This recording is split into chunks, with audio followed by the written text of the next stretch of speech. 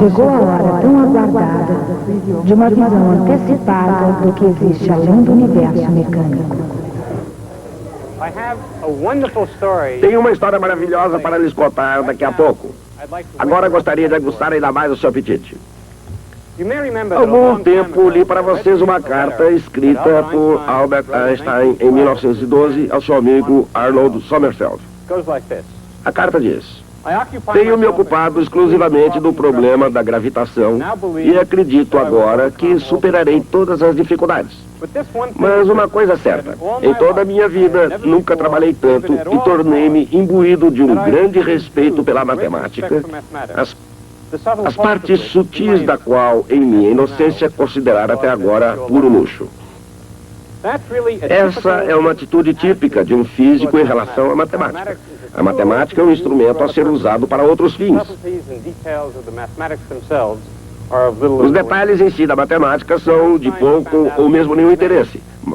Mas Einstein descobrira, para sua surpresa, que isso nem sempre é verdade. A base matemática da teoria geral da relatividade de Einstein era algo chamado cálculo tensor. Esse cálculo fora desenvolvido 10 ou 15 anos antes por dois matemáticos italianos. Um deles chamado Tullio Levi-Civita.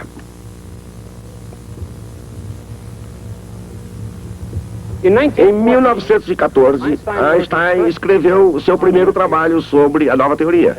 Outro físico, Max Abraham, autor de uma teoria rival, tentou ler o trabalho de Einstein, mas não entendeu nada. Era muito difícil. Em busca de auxílio, remeteu o trabalho para Levi-Civita. Levi-Civita leu o trabalho e interessou-se imediatamente pela teoria da relatividade.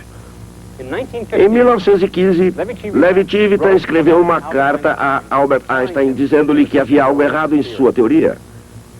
Vocês podem imaginar como Einstein deve ter se sentido. Ele vinha se esforçando para dominar essa matemática muito difícil.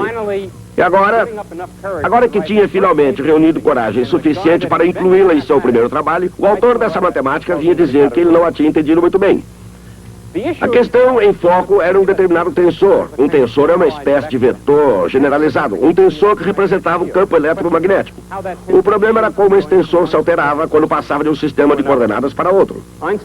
Levi-Civita disse que Einstein tinha entendido mal. Mas, na verdade, Einstein estava certo e Levi-Civita errado. Tratava-se de uma teoria da física. Einstein era um físico e sua intuição física lhe dizia qual deveria ser a resposta. Mas suas demonstrações matemáticas eram pouco convincentes. Esse foi o ponto atacado por Levi-Civita. Os detalhes técnicos dessa controvérsia não é o que nos interessa aqui. O que nos interessa são as sutilezas e nuances do relacionamento que se desenvolveu entre esses dois homens.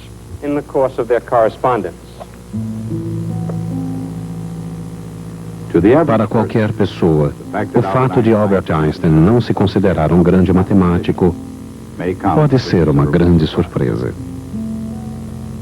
Afinal, ele tinha um notável domínio da matemática em comparação com a maioria dos físicos da sua época, e maior ainda em comparação com o cidadão comum da sua ou de qualquer outra época. O que ele realmente queria dizer era que o seu domínio da matemática não se comparava ao do brilhante italiano Tullio Levi-Civita. Assim, a percepção de Einstein era relativa, mas afinal, Einstein era o mestre da relatividade. É claro que em épocas mais antigas não havia distinção entre matemáticos e físicos. Desde a antiguidade, a astronomia e o cálculo, a mecânica e a geometria eram consideradas partes da mesma profissão. Mesmo assim, sempre houve certos indivíduos que, como Einstein, possuíam uma intuição especial sobre o verdadeiro comportamento do mundo. No século XIX, foi criado um novo termo para descrever esses indivíduos. Esse termo foi físico. Mas mesmo antes de existir esse tempo, a ciência da física fora aperfeiçoada por dois indivíduos cujo domínio da matemática não era apenas fraco, era virtualmente inexistente. Um deles foi o ilustre Benjamin Franklin, de Filadélfia, Pensilvânia, uma colônia da Inglaterra, na América ainda pouco civilizada. O outro, nascido numa época em que a Pensilvânia já não era mais colônia de ninguém, foi Michael Faraday. Inglaterra da Rainha Vitória. Sem ter uma educação conveniente, Michael Faraday teve dificuldades até mesmo de colocar os pés na porta dessa instituição real. Mas uma vez nela aceito, Michael Faraday obteve uma satisfação que só pode ser encontrada na busca e descoberta de ideias científicas originais. E embora desprovido de grandes dotes matemáticos, Faraday faria muito para impelir a ciência em direção ao universo mecânico de Isaac Newton. As leis da mecânica de Newton, juntamente com sua teoria da força da gravidade, haviam convencido a comunidade científica de que o mundo poderia ser compreendido por meios racionais. Nessa mesma trilha, os seguidores de Newton descobririam que, assim como a gravidade, a eletricidade e o magnetismo também são forças que diminuem com o quadrado da distância. A semelhança era espantosa. E tanto para Faraday, quanto para a comunidade científica em geral, ela encerrava uma das questões essenciais da física, seja gravitacional, elétrica ou magnética. Como uma força poderia agir entre corpos quando eles nem sequer se tocavam? Aqui, a intuição de Faraday realmente brilhou, fazendo-o imaginar que uma força igual a 1 sobre R ao quadrado devia ser aplicada por algo que irradiava para fora, como a luz do Sol. Olhando ainda mais longe, Faraday concebeu as linhas de força partindo de cargas positivas e acabando em cargas negativas. E para onde quer que elas fossem, isso significava o universo inteiro, levavam o poder de atrair e repelir. A imagem que Faraday fazia das forças magnéticas não era menos vívida do que sua percepção da eletricidade. Um dia, as visões de Michael Faraday se tornariam a imagem do campo elétrico e magnético. Mas seus colegas, todos mais requintados do ponto de vista matemático, exigiram uma expressão mais rigorosa de suas ideias, e não pura intuição. Naturalmente, foi necessário algum progresso matemático. E ele aconteceu. Na Alemanha com Gauss e na França com Ampère. Mas ninguém percorreu com mais elegância a matemática, nem compreendeu com maior clareza as linhas de força do que James Clerk Maxwell. Dele foi a percepção mais penetrante nas ideias de Faraday e com enorme esforço conseguiu transformá-las na teoria do campo eletromagnético. As 4 leis dos campos elétrico e magnético permanecem tão válidas hoje quanto naquela época em que foram elaboradas por James Clerk Maxwell. Os frutos do trabalho de Maxwell e de Faraday desabrochariam durante a era industrial e a era eletromagnética. Mas isso só ocorreu porque as sementes haviam sido plantadas por uma outra pessoa numa terra distante. Alguém que ficou famoso primeiro como impressor e que depois deixaria marcas indeléveis nas questões de Estado. Mas em sua juventude, Benjamin Franklin fez algumas descobertas notáveis no campo da ciência. Na época de Franklin, o campo da eletricidade, como o próprio Novo Mundo, ainda era verde e pouco desenvolvido. De fato, todo o conhecimento do mundo sobre eletricidade caberia numa garrafa de Leyden. A garrafa de Leyden foi o primeiro meio utilizado para armazenar eletricidade. Ela foi usada por Benjamin Franklin para revolucionar a física. Foi com garrafas de Leyden e não com para-raios que Franklin fez suas mais importantes descobertas. Ele observou corretamente que se um objeto tem uma carga positiva e o outro uma carga negativa, os dois se atrairão mutuamente. Mas se os dois objetos possuem cargas positivas, eles se repelem mutuamente. De fato, Benjamin Franklin inventou os próprios termos carga positiva e carga negativa. Mas o que é exatamente uma carga elétrica? E quais os fatores que determinam o funcionamento da eletricidade? Para lidar com a eletricidade com segurança é preciso compreender certas coisas. Não apenas cargas, mas também volts, amperes e campos, entre outras. Mas não importa qual a quantidade em questão, alguma coisa é sempre necessária para produzir a eletricidade. Desde 1800, uma dessas formas tem sido a bateria elétrica. Giuseppe Galvani, o primeiro neurobiólogo do mundo, foi quem começou tudo ao fazer uma pergunta muito simples. Como se explica que a perna de uma rã, sem a ajuda da rã, apresente uma reação tão violenta a um impulso elétrico tão pequeno? Seu colega, Alessandro Volta, encontrou a resposta. E no momento em que essa resposta foi elaborada, ele inventou também a bateria elétrica. É claro que a bateria já percorreu um longo caminho desde a pilha voltaica de volta, com seus vários metais separados por pedaços de pano, argila e praticamente qualquer material que estivesse à mão e fosse úmido. Mas embora a bateria produzisse um fluxo de eletricidade, seria preciso algo consideravelmente mais potente para fazer girar as rodas do comércio e da indústria. Consideremos, por exemplo, o progresso dos holandeses.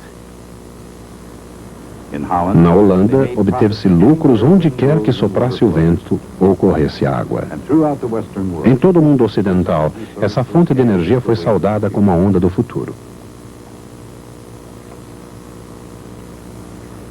Mas as condições comerciais tendem a mudar.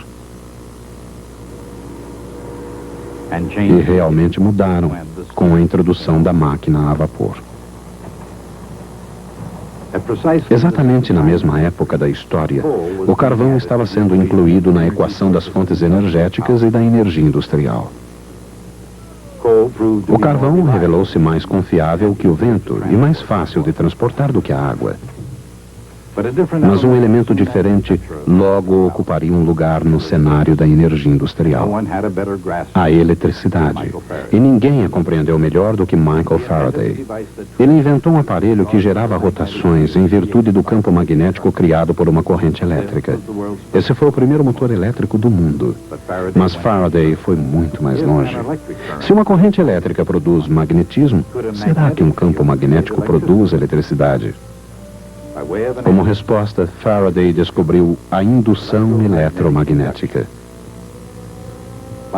Aumentando ou diminuindo a corrente em um círculo elétrico, o campo magnético variável por ele produzido induzia uma corrente a fluir num segundo circuito.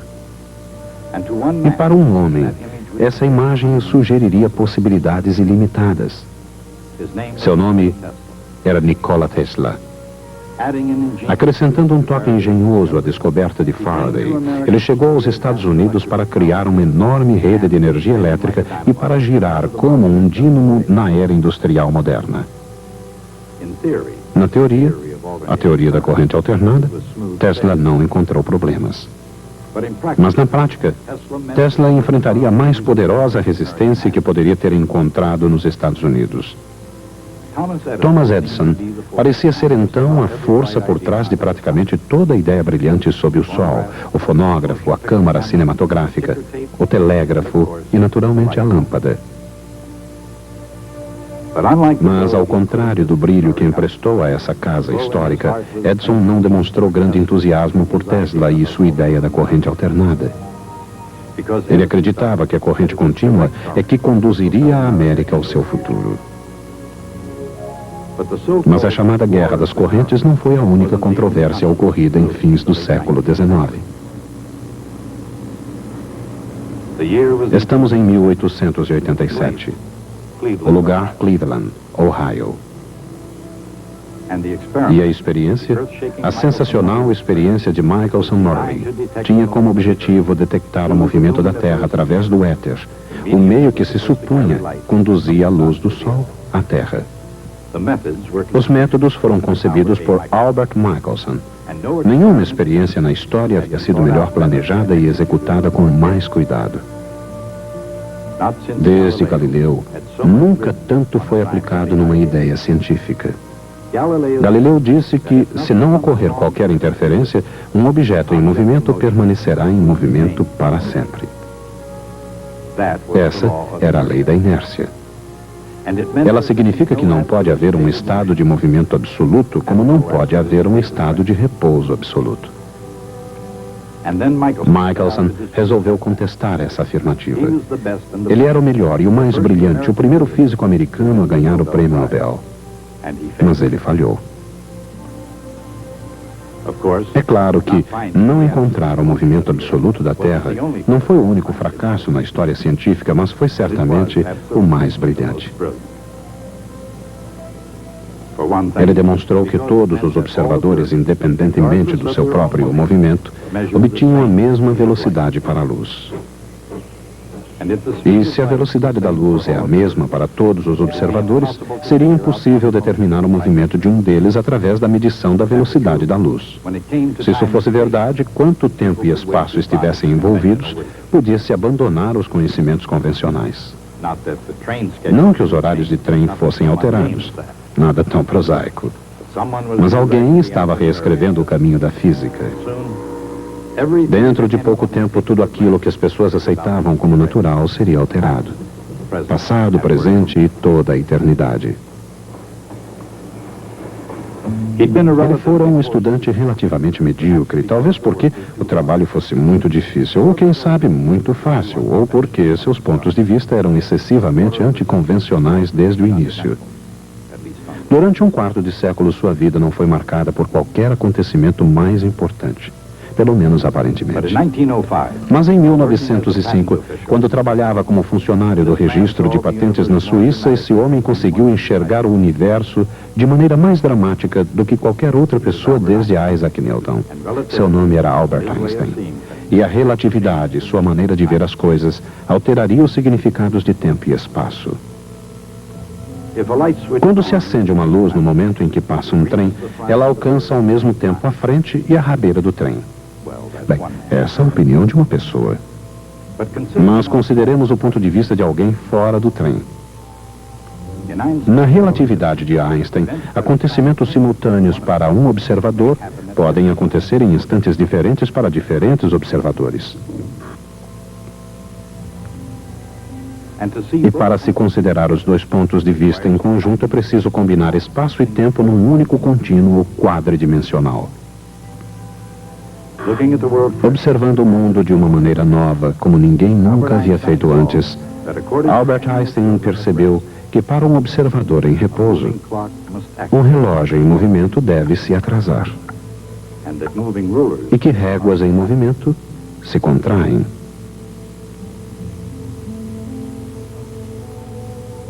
Por causa disso, ele visualizou o que alteraria a concepção humana sobre o comportamento do mundo.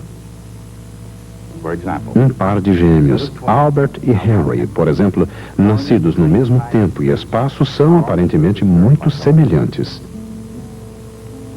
Mas dentro de cada um, podem ser tão diferentes quanto a noite e o dia. Serem diferentes e ao mesmo tempo tão semelhantes talvez seja o paradoxo máximo dos gêmeos idênticos. Na física, no entanto, o paradoxo dos gêmeos mostra outra coisa. Essa é a primeira vez que Henry está longe de Albert. Seu destino, o planeta Zog, a uma distância de 10 anos-luz. Se ele pudesse comparar o seu relógio com o do irmão gêmeo, acharia que o relógio de Albert estava se atrasando.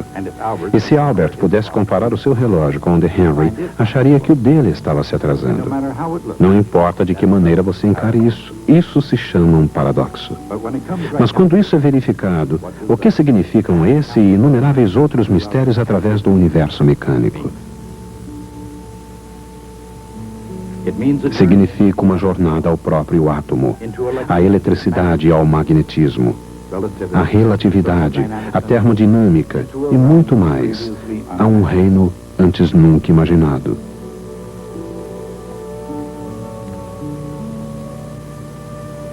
Um reino onde até mesmo as leis de Isaac Newton tiveram que dar lugar à percepção nova e mais profunda, dando origem a uma nova ciência. Uma ciência que receberia o nome de mecânica quântica. Uma aventura que envolve o universo mecânico e muito além. Além de tudo mais, do início ao fim, Uma história não apenas de leis e princípios, mas daqueles que os descobriram.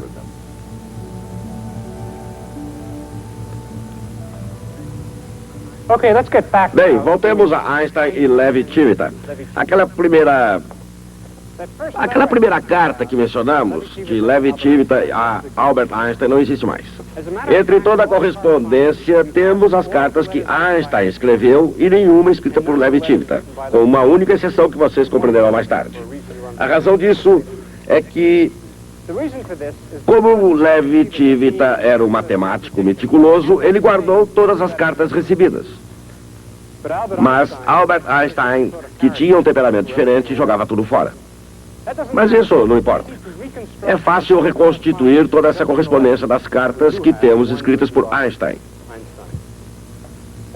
A correspondência foi intensa. Muitas cartas foram trocadas num período muito curto.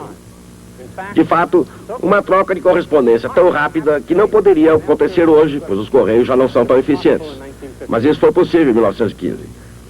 Não temos a primeira carta, mas temos a primeira resposta, de Einstein a Levi-Civita, que lhe havia escrito criticando seu trabalho. Diz Einstein: muito estimado colega, o senhor me proporcionou um grande prazer ao dedicar tamanha atenção ao meu trabalho. Muito raramente alguém com uma visão crítica independente se envolve tão detalhadamente com esse assunto. Quando dirigiu seu ataque contra a mais importante prova da minha teoria, obtida com muito suor, fiquei alarmado, especialmente sabendo como domina essas questões matemáticas muito melhor do que eu. Mas, depois de refletir muito sobre o assunto, acredito ter condições de manter a minha prova. A segunda carta de Einstein a Levi-Civita foi escrita apenas 12 dias depois. Nessa carta, começamos a observar o início do relacionamento que se desenvolveria entre os dois. Ele diz: ficaria muito feliz se me escrevesse em italiano na próxima vez. Quando era jovem, passei meio ano na Itália e tive o prazer de visitar Pádua. Levi-Civita era professor da Universidade de Pádua. Ainda hoje gosto de usar a língua italiana. Por outro lado, não tive coragem suficiente para lhe escrever em italiano, pois o resultado seria confuso. Não há dúvida que Einstein desejava receber uma carta em italiano, mas ele está tentando uma outra coisa. Ele tenta seduzir Levi-Civita. Na próxima carta de Einstein, podemos observar os resultados. Ele diz: meu caro colega, recebi sua carta de 23 de março, escrita no familiar italiano de que há tanto tempo sinto falta. Não pode imaginar o meu prazer a receber esta carta tão genuinamente italiana. Ela me fez reviver belas lembranças da juventude. Na próxima linha, percebemos que Levi-Civita sabia como fazer o mesmo jogo. Einstein diz: você coloca as coisas de uma forma simpática em suas cartas. Você me trata como um amigo. Assim, quando leio suas novas objeções, elas não me deixam de cara amarrada. Na carta seguinte, descobrimos por que restou uma das cartas de Levi-Civita a Einstein. Einstein diz: sua carta de 28 de março, 5 dias mais tarde, despertou meu interesse de forma extraordinária. Durante um dia e meio, pensei constantemente no assunto, até entender claramente como o seu exemplo pode ser utilizado com harmonia na minha prova. Estou anexando sua carta para poder citar alguns trechos. É por esse motivo que ainda temos essa carta. Nela está um dos mais belos pós-escritos de qualquer correspondência científica em qualquer parte do mundo. Einstein escreveu: nunca antes mantive uma correspondência tão interessante quanto esta. Deveria ver como aguardo com ansiedade suas cartas. Infelizmente, tudo isso acontecia na primavera de 1915. Dentro de pouco tempo, Itália e Alemanha estavam em guerra. E não havia maneira de Einstein e Levi-Civita continuarem trocando correspondência. Os dois não voltaram a se corresponder por 2 anos, até 1917, quando Levi-Civita recebeu um postal da Suíça. O postal dizia: ao chegar, encontrei seus novos e belos trabalhos e os levei comigo imediatamente. Admiro a elegância do seu método de cálculo. Deve ser agradável cavalgar através desses campos no cavalo da verdadeira matemática, enquanto nós fazemos a caminhada a pé. Mas, apesar de tudo isso, os dois jamais haviam se encontrado. Mas parece muito claro que, a partir de um certo ponto, a controvérsia deixou de ter importância para ambos. Eles queriam apenas uma justificativa para manter a correspondência que tanto prazer lhes proporcionava. Mas, finalmente, se conheceram pessoalmente em 1921, quando Einstein foi convidado a visitar Bolonha para uma série de palestras. Mais tarde, Einstein mudou-se para os Estados Unidos, fixando residência em Princeton. Em 1936, convidou Levi Civita para vir a Princeton, onde passaram juntos um ano. Mas o mundo dava novamente sinais de inquietação e as nuvens de guerra se formavam mais uma vez. Levi Civita retornou à Itália. Em 1938, quando leis racistas foram aprovadas pelo governo fascista italiano, Levi Civita, que era judeu, perdeu seu cargo de professor e seu lugar em todas as sociedades científicas. E finalmente morreu, isolado do resto do mundo científico, em seu apartamento em Roma, em 1941. Um dia, ao ser indagado sobre o que mais gostava da Itália, Einstein respondeu: espaguete e Levi Civita. I'll see you next time.